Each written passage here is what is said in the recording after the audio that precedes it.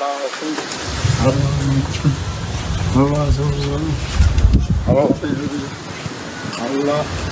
ਕੇ ਚੱਕ ਚਕੋਡੇ ਜਾਵੇ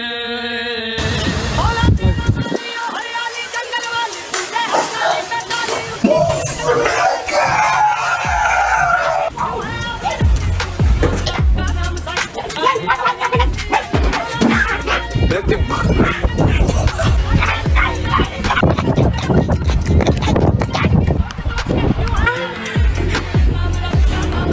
Aangekomen met het balbezit voor Frank.